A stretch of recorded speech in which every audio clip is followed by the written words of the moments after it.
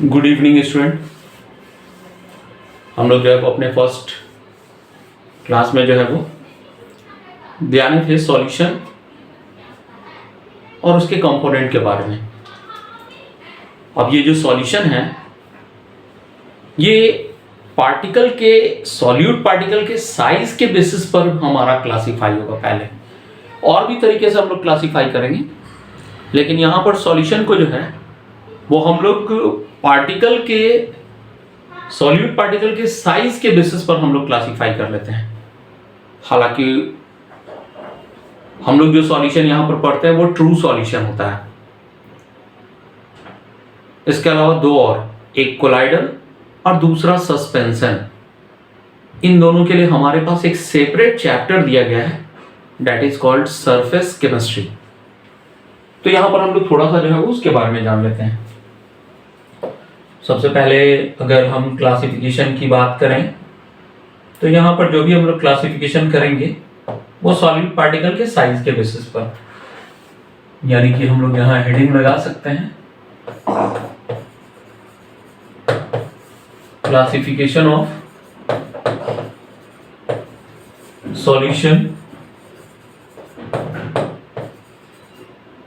on the basis of on the basis of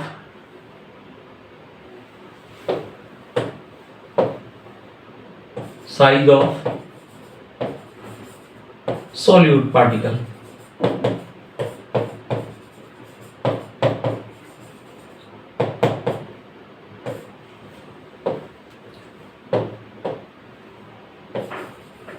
यहां से हम तीन कैटेगरी लेते हैं। अगर किसी सॉल्यूशन में, यहां से हमारा तीन कैटेगरी बनेगा। अगर किसी सॉल्यूशन की हम बात कर लें और उस सॉल्यूशन में जो सॉल्यूट पार्टिकल है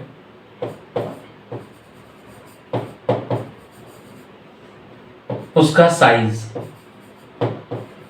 अगर हमारा सॉल्यूट पार्टिकल का साइज अगर हमारा 10 का पावर -10 मीटर के रेंज का रहा, जिसको हम लोग एंगस्ट्रम के नाम से जानते हैं, एंगस्ट्रम, तो ये हमारे रिप्रेजेंट करेगा ट्रू सॉल्यूशन को। ये किसको रिप्रेजेंट करेगा? हमारे ट्रू सॉल्यूशन को रिप्रेजेंट करेगा। ये कहलाएगा हमारा ट्रू सॉल्यूशन, जिसके बारे में हम लोग इस चैप्टर में पढ़ते हैं। अगर किसी सॉल्यूशन में जो सॉल्यूट पार्टिकल है उस पार्टिकल का साइज अगर हमारा 10 का पावर -10 मीटर या इससे छोटा रहा, इससे और छोटा, -11 -12, यानी कि एंगस्ट्रम रेंज से भी छोटा या एंगस्ट्रम रेंज का रहा, तो ये सॉल्यूशन हमारा कहलाता है ट्रू सॉल्यूशन। जो हम लोग सॉल्यूशन पढ़ते हैं वो ट्रू सॉल्यूशन हमारा है। अगर बात करें हम लोग जो है वो, अगर सॉल्यूट पार्टिकल का साइज 10 का power -9 metre to 10 to the power -6 metre के रेंज का रहा, इस -9 वाले को आप नैनोमीटर बोलते हैं, 6 वाले को आप माइक्रोमीटर बोलते हैं। अगर इस रेंज में रहा तो हम लोग कह देंगे इसको कोलाइडल सॉल्यूशन। कोलाइडल सॉल्यूशन ये कहलाएगा।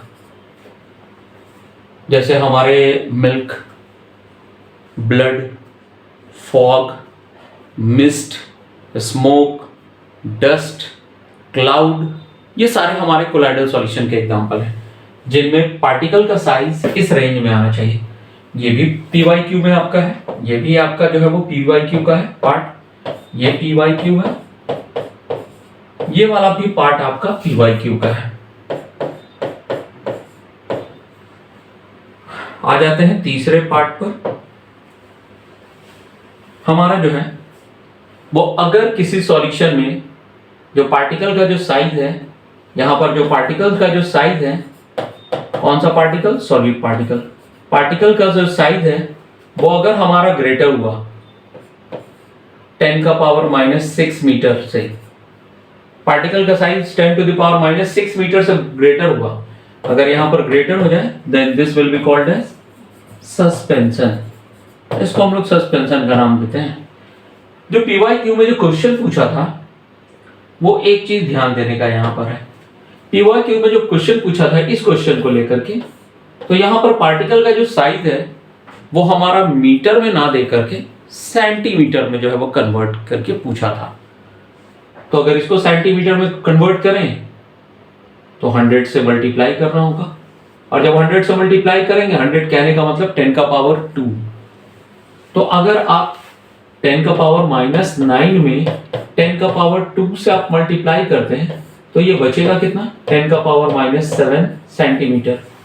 2 इधर में मल्टीप्लाई कर दीजिए, 10⁻⁻6 में आप 10⁻² से मल्टीप्लाई कीजिएगा तो ये हमारा हो जाएगा 10⁻⁻4 सेंटीमीटर। ये था कहानी, ये ऑप्शन में मिलेगा आपको, ये प्रीवियस ईयर में जो है वो ऑप्शन में ये मिलेगा, तो इस बात का ध्यान रखेंगे।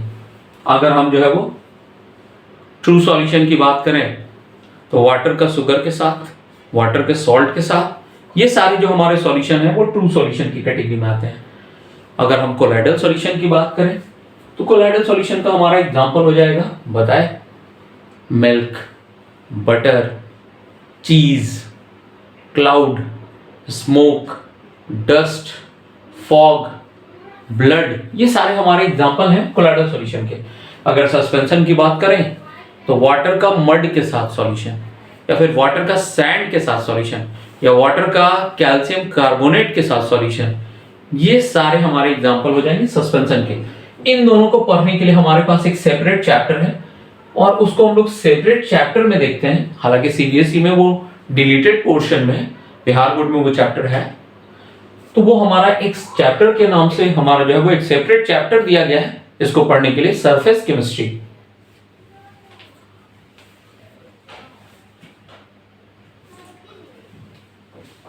अब इसके बाद हमारा जो है वो, अगर हम सॉल्यूशन को क्लासिफाई करना चाहें कंसेंट्रेशन के आधार पर या अमाउंट ऑफ सॉल्यूट पार्टिकल के आधार पर, तो हमारा 2 पार्ट में क्लासिफाई होता है। तो यहां पर हम लोग जो है वो लगा लेते हैं heading,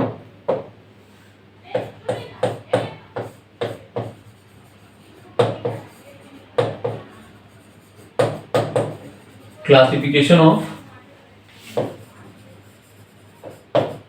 solution on the basis of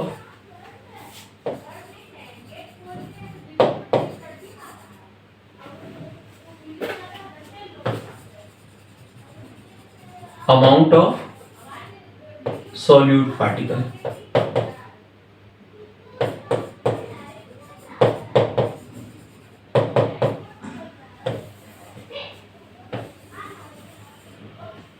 आ जाइए, ये भी 2 पार्ट में हमारा क्लासिफाई होता है।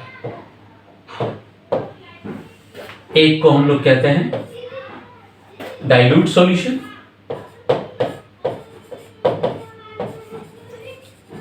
और दूसरे का नाम हम लोग देते हैं कॉन्सेंट्रेटेड सॉल्यूशन। अगर किसी सॉल्यूशन में जो सॉल्यूट पार्टिकल मौजूद है, अगर उसका अमाउंट सॉल्वेंट के रिस्पेक्ट में अगर 5% या उससे कम हुआ तो वो सॉल्यूशन हमारा कंसीडर्ड होगा डाइल्यूट सॉल्यूशन। बोले कि अगर किसी सॉल्यूशन को अगर हम कंसीडर कर रहे हैं और उस सॉल्यूशन को अगर हम कंसीडर कर रहे हैं उसमें सॉल्यूट पार्टिकल का अगर हम परसेंटेज देखें, और अगर उस सॉल्यूशन में सॉल्यूट पार्टिकल का जो परसेंटेज अमाउंट है वो अगर 5% या फिर उससे कम होगा, then that solution will be called as dilute solution. तो सर कंसंट्रेटेड, तो कंसंट्रेटेड हम लोग उसको बोल देंगे जब 5% से सॉल्यूट पार्टिकल का अमाउंट ज्यादा हो जाए। सॉल्यूट पार्टिकल का अमाउंट अगर 5% से ज्यादा रहा, सर 5% रहा तो हाँ तो ठीक है ना, 5% रहेगा तो बोल तो रहे हैं कि 5% या उससे कम। एनसीईआरटी में क्वेश्चन है, 2% दिया है उसमें, आप उसको कंसंट्रेटेड कंसिडर कीजिएगा कि डाइल्यूट? हाँ डाइल्यूट, बिल्कुल डाइल्यूट कंसिडर करेंगे। हाँ बिल्कुल डाइल्यूट कंसिडर करेंगे। तो 5% से अमाउंट जहां ज्यादा हुआ, हम 5% या उससे कम के लिए बोल रहे हैं, 5% या उससे कम रहा तो फिर हम लोग जो है वो डाइल्यूट सॉल्यूशन कह लेते हैं। लेकिन जहां 5% से ज्यादा आ जाए तो फिर हम लोग उस सॉल्यूशन को कंसंट्रेटेड सॉल्यूशन कह लेंगे। और इस चीज का इस्तेमाल हम लोग जो है वो इसी चैप्टर में, ये दूसरे सेक्शन में चैप्टर के कॉलिगेटिव प्रॉपर्टीज पढ़ेंगे। और कॉलिगेटिव प्रॉपर्टीज में पहला प्रॉपर्टी पढ़ेंगे relative lowering of vapour pressure, जहां पर हम लोग न्यूमेरिकल बनाने के लिए, सॉल्व करने के लिए जो है वो इस कॉन्सेप्ट का इस्तेमाल करेंगे। तो ये बात ध्यान रखिएगा, मार्क करके रखिएगा। तो सबसे पहले बोले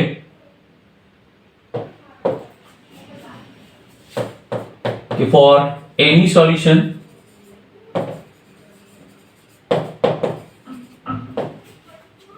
if the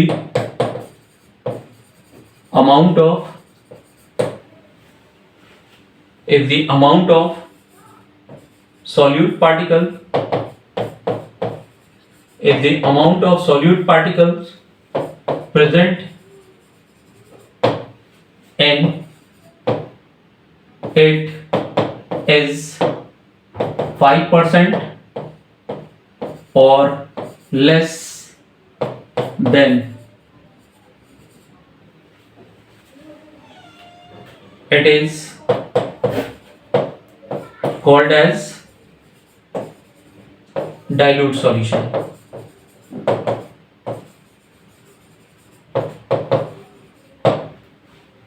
ठीक है, और दूसरा हमारा है कंसंट्रेटेड।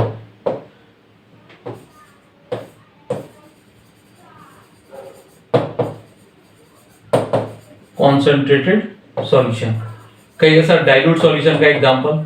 अरे बिल्कुल कोई दिक्कत नहीं है। डाइल्यूट सॉल्यूशन का एग्जांपल आप 1 लीटर पानी ले लीजिए, या 100 ग्राम, छोड़िए 1 लीटर, 100 ग्राम पानी ले लीजिए, और उस 100 ग्राम पानी में जो है वो आप जो है वो 1 या 2 ग्राम जो है वो चीनी मिला लीजिए। सॉल्यूशन तो बनेगा आपका, सॉल्यूशन तो बिल्कुल बनेगा, लेकिन वो सॉल्यूशन आपका क्या कहलाएगा? क्या कंसंट्रेटेड कहलाएगा? नहीं सर, वो डाइल्यूट कहलाएगा। अब उसमें आप जो है वो 10 से 15 ग्राम चीनी मिला दीजिए, अब वो डाइल्यूट सॉल्यूशन नहीं रहा, अब वो क्या, कौन सा सॉल्यूशन हो जाएगा? कंसंट्रेटेड। तो बस टर्म की जानकारी हम लोग को होनी चाहिए इसमें। बोले for any solution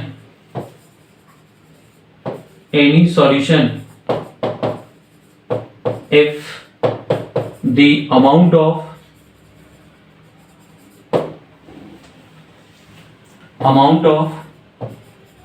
solute particle present in it is greater than 5%, then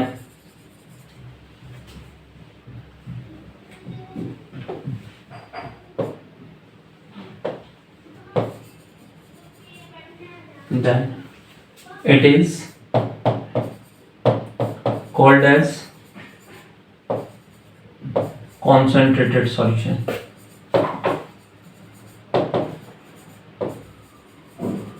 तो लगता है यहां तक बात क्लियर है।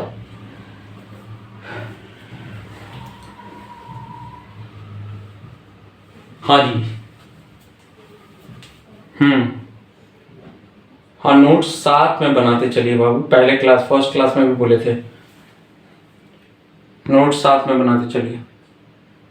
अच्छा, ऑफलाइन वाले भी कुछ मैसेज कर रहे थे। हाँ तो ठीक है ना, ऑफलाइन वाले को जो है वो आप लोग ऑनलाइन वाले हैं, आप लोगों को तो साथ में बनाते जाना है। ऑफलाइन वाले के क्लासेस में ये सारे हो चुके हैं, आप लोग ऑनलाइन वाले हैं, तो ऑनलाइन वाले जो, हाँ सारा क्लास एप्लीकेशन पर ही होगा ऑनलाइन वाले का। नहीं, कुछ वीडियोस जो है वो जाएगा यूट्यूब पर, कुछ सॉल्यूशन जो है वो रिलेटेड, या बीच बीच में वीक में 1-2 क्लास जो है वो यूट्यूब पर भी हो जाएगा, लेकिन बेसिकली जो है वो सारा क्लास जो है वो आप लोग के ऐप पर ही होगा, निर्माण क्लासेस के एप्लीकेशन पर ही। हाँ हाँ, PDF नोट्स भी वहीं पर रहेगा। जी असाइनमेंट भी जी। तो चलिए अब यहाँ ध्यान दीजिए, इतना क्वेश्चन आप लोग एनालाइज करने लगता है ना। जी चलिए यहाँ तक बात क्लियर है। अब हम लोग जो है वो यहाँ पर देखना चाह रहे हैं मेजरमेंट यूनिट।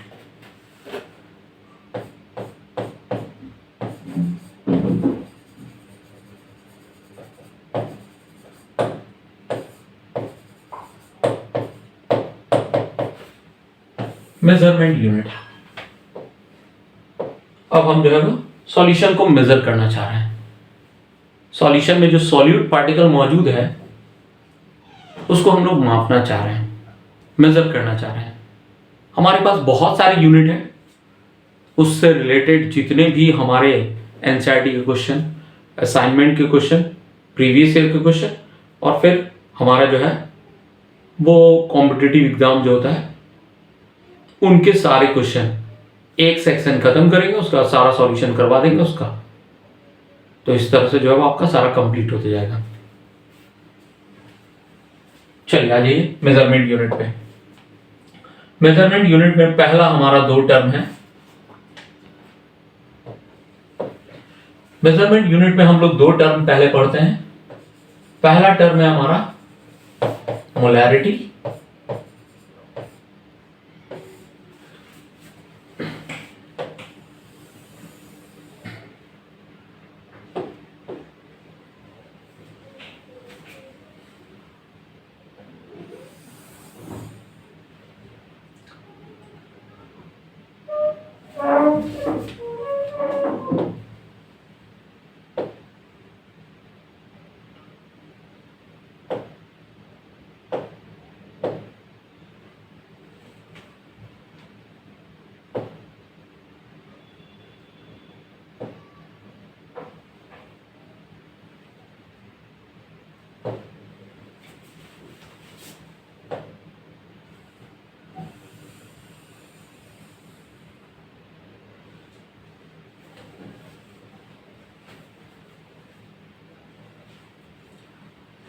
परफेक्ट स्ट्रेट है ना। चलिए पहला टर्म है हमारा मोलैरिटी और दूसरा टर्म हमारा होता है मोलैलिटी।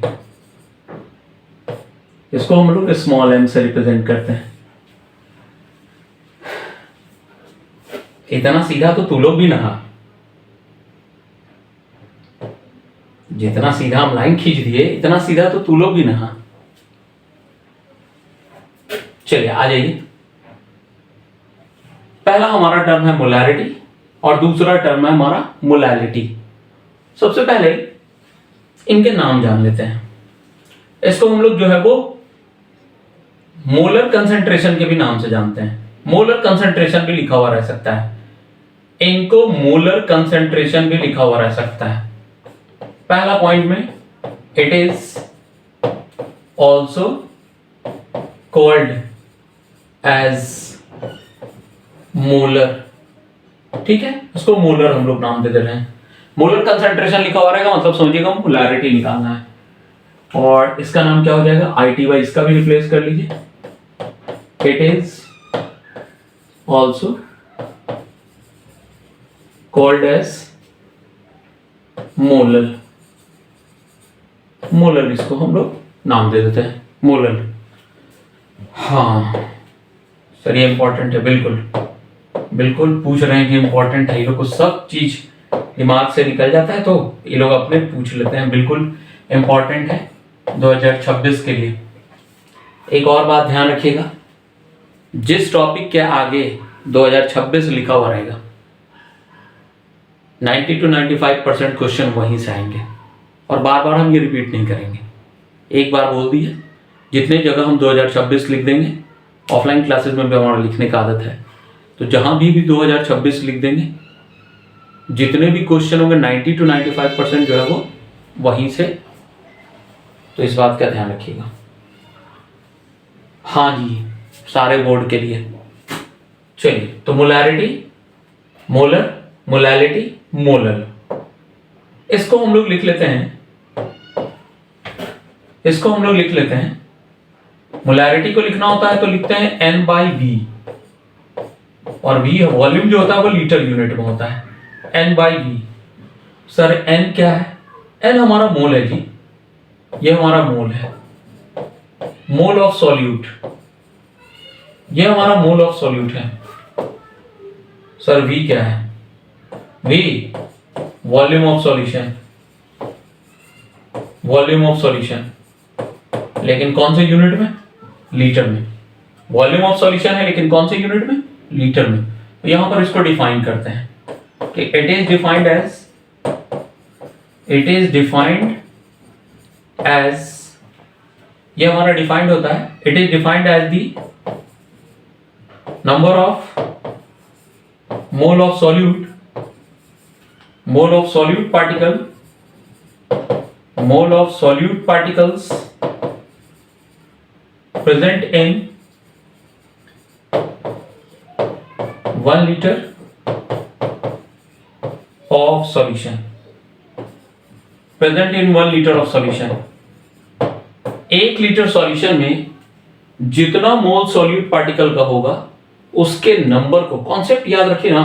आप देखिएगा हम जो है वो सारा क्वेश्चन करवाएंगे, डिफरेंट डिफरेंट एग्जामिनेशन का क्वेश्चन करवाएंगे, तो आप देखिएगा सारा इसी कॉन्सेप्ट पर।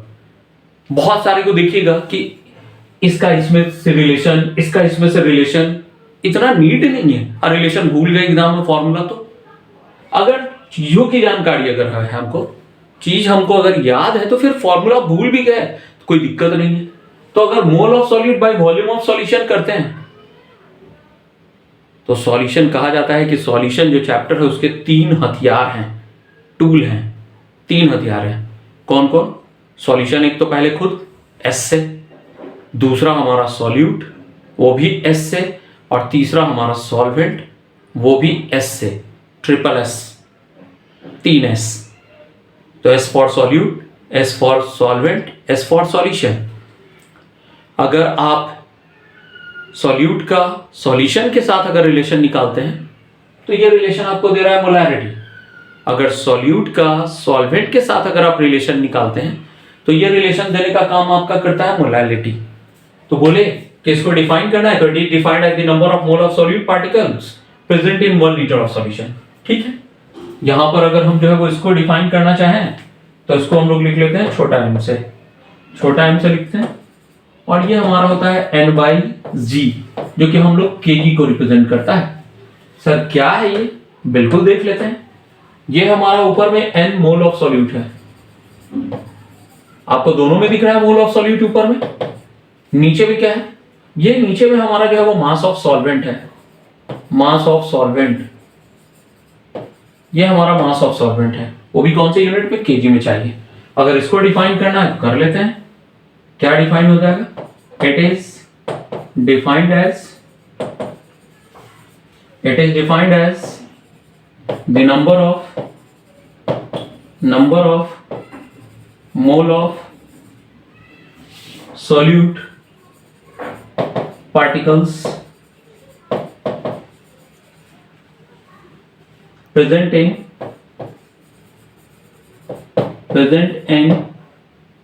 1 kg of solvent।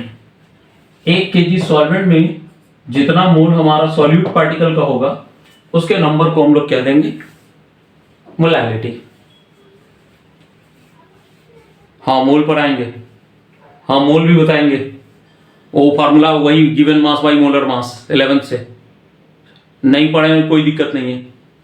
हाँ ठीक है, कैलकुलेट करके दिखाएंगे यहां पर।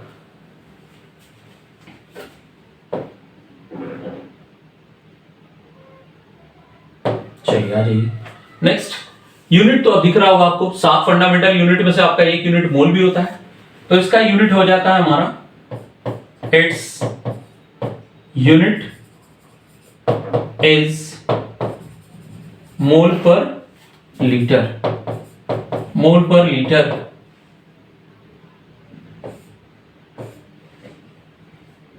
अरे भाई इसको ऐसे लिखे थे, ये मोल पर लीटर ऐसे भी लिख सकते हैं, -1 क्यों लगा दिए? ठीक है,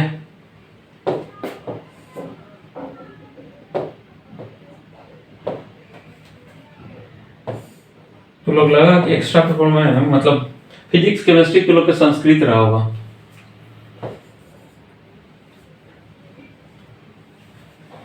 अच्छा बायोलॉजी वाला क्या कर रहा है, और बायोलॉजी वाले का भी कोई जो है कोई ओरिजिनल पेपर ले लेते होंगे।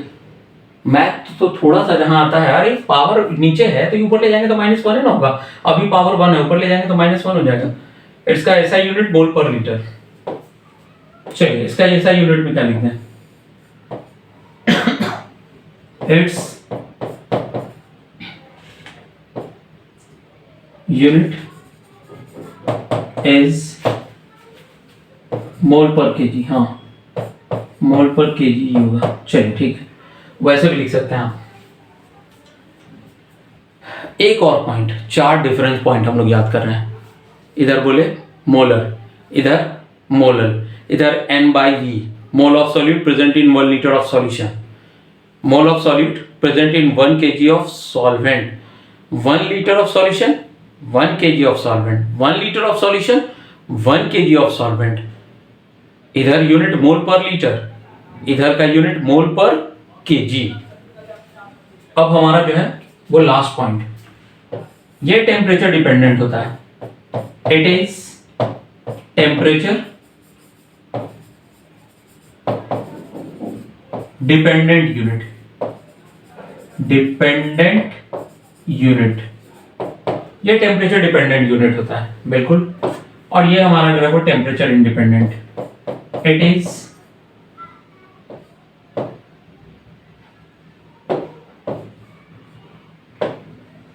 Is temperature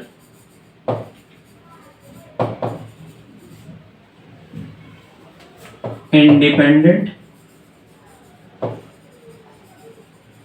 unit. चलिए ठीक है, ये 3 जो है वो बोर्ड का पेज है, आप लोग 3 कंसीडर नहीं कर लीजिएगा ना, तो जो भी दिखा है इस बोर्ड पर वो सब लिख दो कॉपी में। ये 3 जो है वो बोर्ड का जो है वो पेज नंबर है। ठीक है, तो ये हमारा 4 डिफरेंसेस, उनको लगता है याद हो गया होगा। एक मोलर, दूसरा मोलर, इसको N/V लिखे, मोल of solute present in 1 litre of solution, इधर लिख दिया मोल of solute present in 1 kg of solvent. इसका यूनिट मोल पर लीटर और इसका यूनिट मोल पर केजी। यह टेम्परेचर डिपेंडेंट होता है, टेम्परेचर के ऊपर डिपेंड करता है। वॉल्यूम तो टेम्परेचर के ऊपर डिपेंड करता है, नहीं तो फिर चार्ल्स नीचे आ जाएंगे। वो बोलेंगे कि मेरे अकॉर्डिंगली हम बोले थे ऐसा कि वॉल्यूम जो होता है वो डायरेक्टली प्रोपोर्शनल होता है टेम्परेचर के। अगर वॉल्यूम डायरेक्टली प्रोपोर्शनल होता है टेम्परेचर के, तो वॉल्यूम और टेम्परेचर में ग्राफ प्लॉट किया जाए तो स्ट्रेट लाइन का देखने को मिलेगा। तो वॉल्यूम टेम्परेचर बढ़ाएंगे तो वॉल्यूम भी बढ़ेगा, और वॉल्यूम में अगर किसी भी तरह से चेंजिंग आया तो मोलैरिटी उससे इफेक्टेड होगा। तो ये टेम्परेचर पर डिपेंड करता है, लेकिन इधर हमारा जो है वो टेम्परेचर इंडिपेंडेंट होता है। तो ये हमारा टेम्परेचर डिपेंडेंट और ये टेम्परेचर इंडिपेंडेंट। तो ये 4 डिफरेंसेस है। बिहार बोर्ड वाले में थ्योरी आएगा, लिखने के लिए डिफरेंसेस आएगा, और CBSE वाले में इसके ऊपर न्यूमेरिकल आएगा। न्यूमेरिकल हम लोग जो है वो PYQ बोले, असाइनमेंट का क्वेश्चन बोले, NCERT का क्वेश्चन बोले, और जितना भी डिफरेंट एग्जाम में पूछा हुआ उन सब का क्वेश्चन एक जगह करके हम लोग सारा एक दिन जो है वो इसी का प्रैक्टिस कर जाएंगे। तो उसको सारे को टर्म को पहले कंप्लीट कर लेने दीजिए, उसके बाद चलिए।